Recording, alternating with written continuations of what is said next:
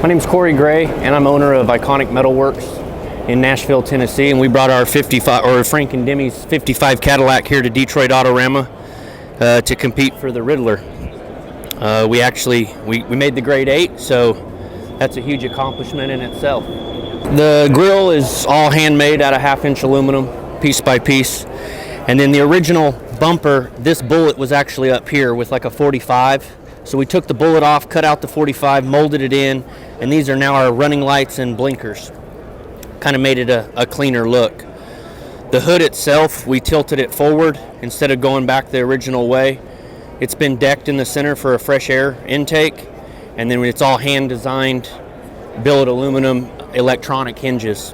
The motor itself is it's like a 590 something, 600 cubic inch big block with a Pro Charger on it.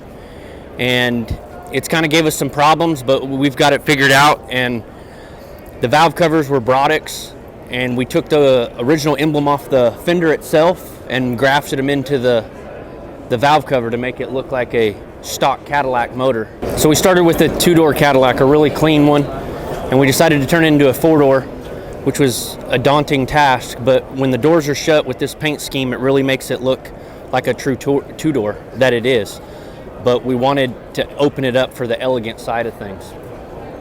The roof is a 55 Chevy roof that we've grafted in to create that bubble effect. After the chop, it flattened everything out, and we wanted to keep it the bubble effect like the rest of the car. So the upholstery, it's all handmade. The dash is all handmade out of sheet metal. The console is a one-piece console that goes back. It's all out of metal.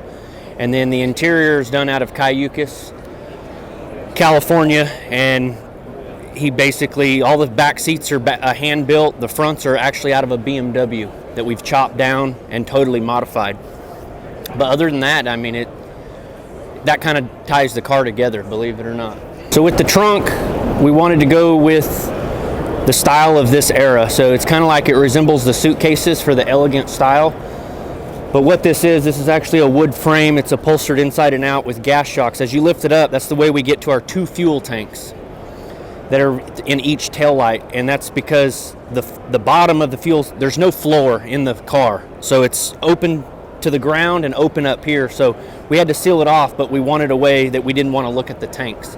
So this is what we made to make it look like we're going somewhere with some luggage, but it's just another way to think outside the box.